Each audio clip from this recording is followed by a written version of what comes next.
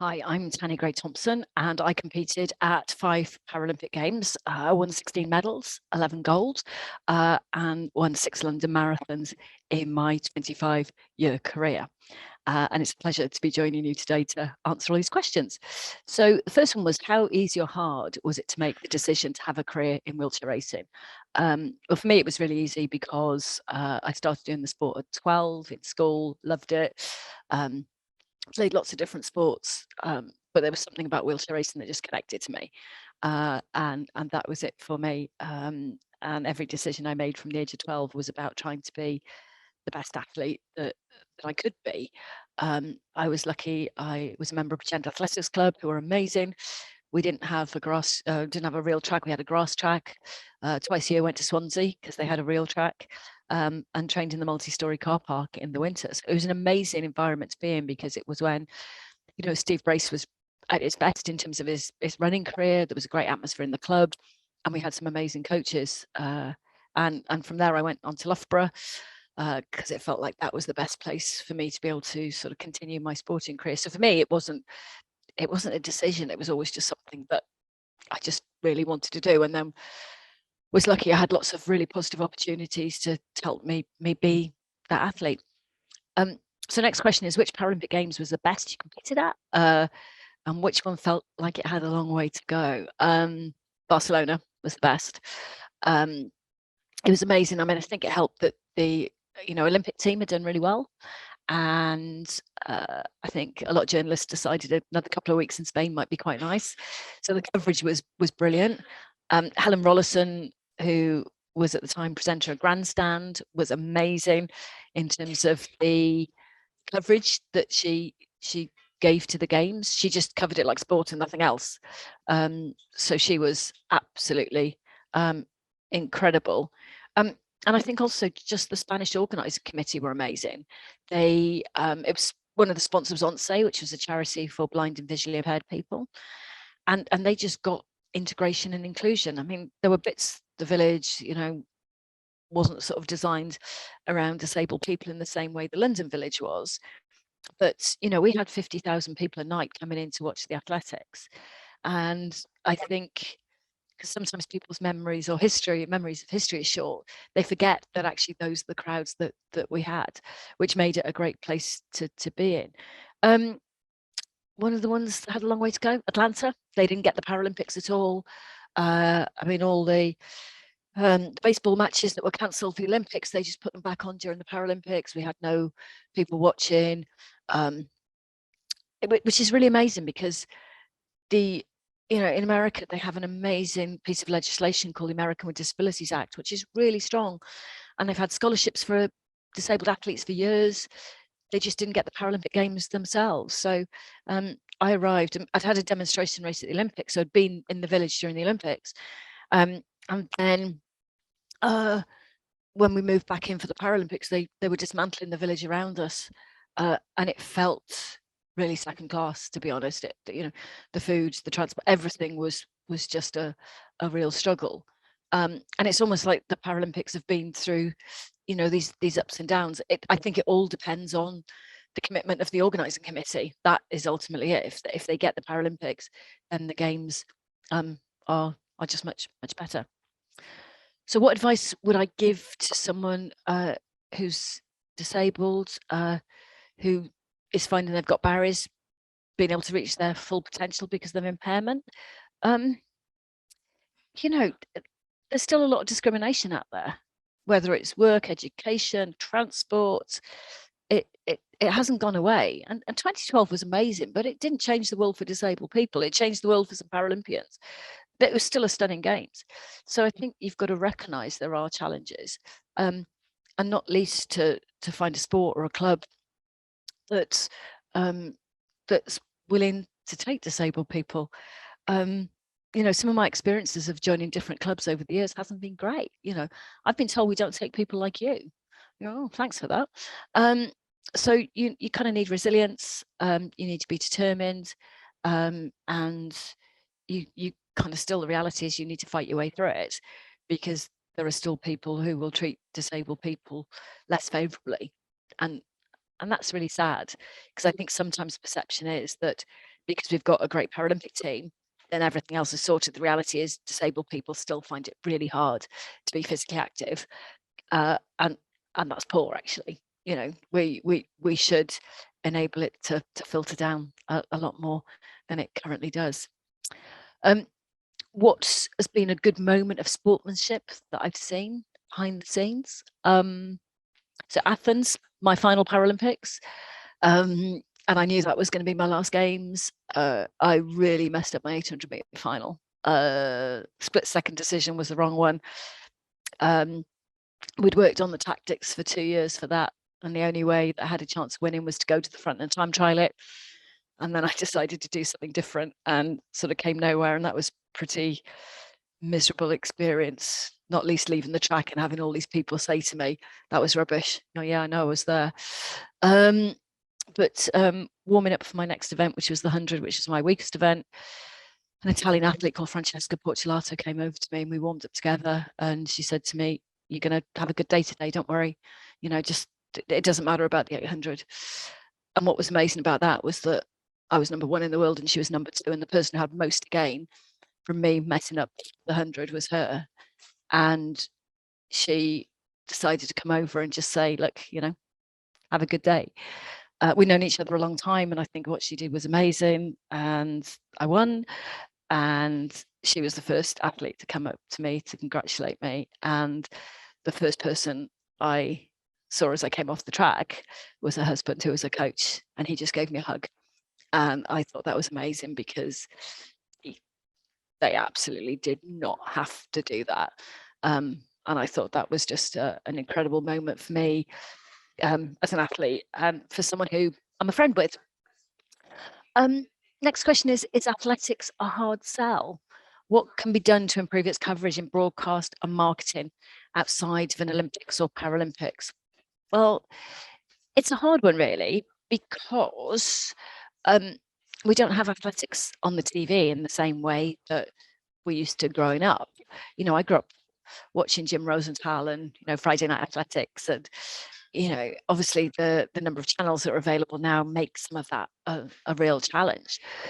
But it's also hard to break through into the other big sports. You know, there's football, there's rugby. You know, you look at swimming, they don't get a lot of coverage outside the major games, so it's hard. So it's whether sport needs to keep reinventing itself. So it's quite interesting. You know, at the Olympics and Paralympics in Tokyo, we have the mixed relay. I think that's kind of quite interesting for athletics fans. Whether it brings in new people, I think that's a much harder thing. You know, Seb Coe recently said, you know, confirmed what we know is that, you know, athletics is one of people's favorite sports at Olympics and Paralympics, but is it people's favorite sport away from that? And I think there's still, you know, a big job to be done in terms of reinvention to make sure that we can bring new people in. And, you know, I remember sort of league competitions as a child. You know, as a youngster, you'd have different people who came to watch. It's how you get more people to commit to come and watch is part of building that base. But you need to see it on TV to know about it and to be able to make the effort to go and watch. So what I'd love to see is you know, Paralympians getting more equitable coverage between games. I think it's possible to have inclusive events. I think actually it's possible to have an inclusive British Championships. And I think those things will help bring people in, which should be cool, because there is nothing better than a nice warm day and sitting and watching a few hours of I was going to say good athletics, but actually just athletics, because the reality is there's good stuff and there's stuff that's not so good, but that's part of it. Because if every moment was just incredible, you wouldn't have the highs and lows that you actually need from having the sport. Next question is, what one memory do I take from being part of the successful London 2012 bid? Oh, there are so many. It was hard, you know, at the beginning, everyone said it's Paris's turn. Sorry about that. My phone's just gone off. I have switched it off. There are so many good memories from being part of it. You know, everyone said Paris's turn, we should bid, we're not going to have a chance. I'd sort of been around the Birmingham bid and the Manchester bid, and it was very clear it had to be London, nothing else. And I think it was partly just slowly going around convincing people that it was a good idea. Tessa Jowell was amazing, and she just very nicely knocked heads together. Barbara Cassani, who originally led the bid, was an incredible individual who just pulled people together. And then at the point Seb became chair, the reality is it had to be a man and a politician and a gold medal winning Olympian. That was kind of him. It was a job description written for him. And he just took it to a whole new level. I don't think anything tops the moment when I was in Singapore, sitting on the front row, us against Paris, and I couldn't even pick up my glass of water because my hands were shaking. And I remember there was one photographer in front of us and about 20 in front of Paris. And I looked at Seb and just said, "Do you think they know?" And he's like, "Well, no, they're not meant to know." And that moment, and there'd been a lot of presentations that day and a lot of dancing and performing, and we just had to sit and watch a lot of stuff, listen to a lot of speeches. And for that moment, Jacques Rogge said the winning city is London. It was the most amazing feeling as an athlete, because we'd all worked together to get to that point. And a really tough decision for me was the night before the presentation, where Tessa Jowell wanted to stand on stage and say, "I want to say the 60 days of the Games." And everyone's told me not, I shouldn't do it. I should just talk about the Olympics, but I want to say 60 days of the Games. And I said to her, I agree with the officials, because this is about winning the Olympics. We are bidding to the IOC for the Olympics, and we need to win the Olympics to have the Paralympics. So at this moment in time, as much as I think that would be amazing, we can't do anything that risks it. But that was a really touching moment for me, that she got the 2 games and she wanted to do that. And I had to leave that night. I couldn't stay. I think it was a pretty big party, huge celebration. But to be part of something like that was so different from anything that I experienced as an athlete. It was just incredible. How important can the Commonwealth Games be in Birmingham for disability sport? Really important. I mean, the Commonwealth Games has tried really hard over the years to be inclusive. I competed in a demonstration event in Auckland in 1990, where we had separate accommodation, different medals. The only thing we got was to compete on the track. And that felt quite tokenistic. But the Manchester Games moved things on to a whole another level, because the reality is there aren't enough athletes in the Commonwealth to have a separate Games. So an inclusive one, I think, is a really positive step forward. It's always a challenge about what events to include, and you've got to look at the numbers and the depth, and also to the cost of doing the sport as well, because the reality is some disability sport is the equipment is really expensive. So I think they have quite a good mix of sports that they have available. But I think there's always more that can be done to make sure there's true Commonwealth representation, that it's not just, Canada, the home countries, South Africa, Australia, New Zealand. It's actually truly making it a Commonwealth event. That's partly reliant on countries actually stepping up and developing their athletes. Commonwealth Games Federation does some work to help support and fund some of that development. But I think what's happened is, by having the medal table, the inclusive medal table, it's meant that countries do look at opportunities that they have to develop disability sport. And I think that's quite exciting. It's not necessarily quick, but it's really interesting how that can happen. So this is a really interesting question. So Zach Shaw recently was quite vocal on social media about the need for integration for disabled athletes and equal prize money at World Athletics events. What are my thoughts? I feel like I've been going on about this for years. So actually, in the 80s and 90s, there was some better inclusion than we have now, which is amazing, because you always just make this assumption that everything's just got better all the time. We men used to have wheelchair races, things like Weltklasse, There's a kilo of gold as a prize if you broke the world records. You know, there's some really interesting things in terms of some of the prize money that was available for road racing. Actually, that's got better in most cases. But at what point do the IAAF say, okay, we're going to be truly inclusive? And I think this is a big challenge for them while they're doing lots of other things. We used to have demonstration races at the Olympics, Worlds, which that then got cut, which I think was a real shame, actually. So although the reality is that only a few different impairment groups got to compete at Worlds, and it was only wheelchair racing at the Olympics, it's actually cutting the events stops some of that momentum. So I don't think you can ever have an inclusive Olympics and Paralympics. You can't have one games, it's just too big. But I think at World Championship level, there is a lot more that you could do to be included. The reality is, to have equal prize money, you need to have depth. And whose responsibility is to build that depth? And you know, the competitiveness is a really challenging one, because actually what you don't want to see is a procession. What you want to see is, okay, you might have a favourite, but you want an element of surprise about who's going to win.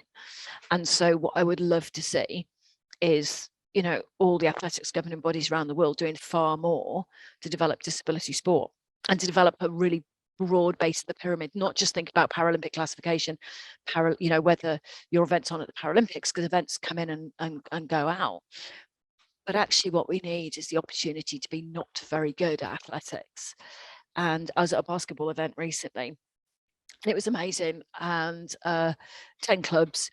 I think the youngest player was about 13. I think the oldest player was late 60s, wasn't me. And, you know, there were some very talented players there, and people like me were a bit rubbish, but you had the opportunity to go and play.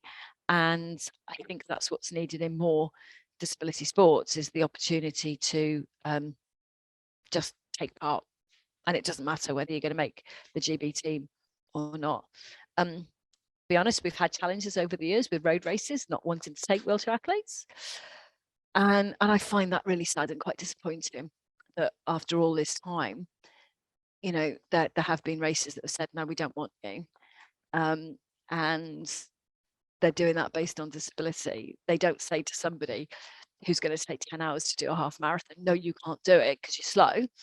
And so if there are things that I would change, it would be things like that, because I think that does have a positive impact. So, you know, I'm all in favour of prize money. What I kind of hoped by now we would have had the first sort of Paralympic athlete on $1 million a year shoe contract, and we're not even close to that yet. Not even close.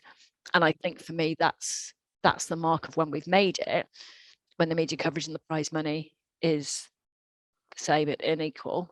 So we still have a lot to do to make that happen, because also it's just the inspiration as well to get other young disabled people in.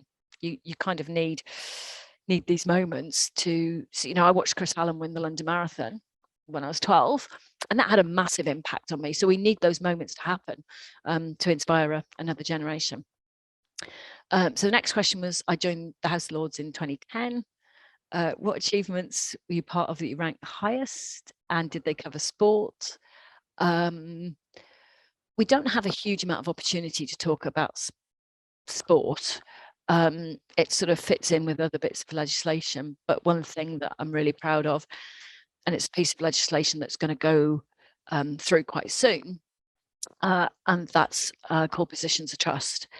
And it's going to make it illegal for a coach to be in a sexual relationship with a 16 to 18-year-old. It's illegal in the teaching profession and other places, but it's not illegal in sport, and I think it should be. Not that I think there's huge numbers of cases, but I've dealt with a number over the years where her parents got in touch with me and said, you know, a coach in their 30s, 40s, 50s on their daughter's 16th birthday asked them out on a date. And you just think that's so. This is not about criminalizing a 17-year-old in a relationship with a 19-year-old or anything like that. And the noise you've just heard in the background is kind of, you can tell I'm in the House of Lords. This is the noise to say that we've officially started for the day. So it's probably quite fitting that I'm doing this year, but it's not about criminalizing behavior, but things that you would say are just not appropriate to do.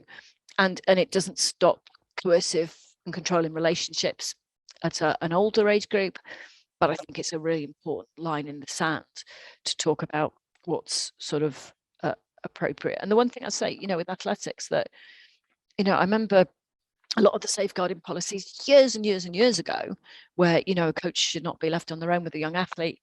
Those are things that I just remember all the way through my childhood and being really held firmly by the different athletics clubs that I was part of. And then I found out recently that other sports don't have some of the same attitudes. So I think there's some things in athletics that we should be kind of really proud of in terms of raising bar. And athletics has had its troubles, really has, but it's an amazing sport, and everyone involved has to do more to make sure that actually it's a sport that young people want to join, that everyone feels safe in. And also coaches are protected as well from malicious complaints. So, this is across the whole of sport.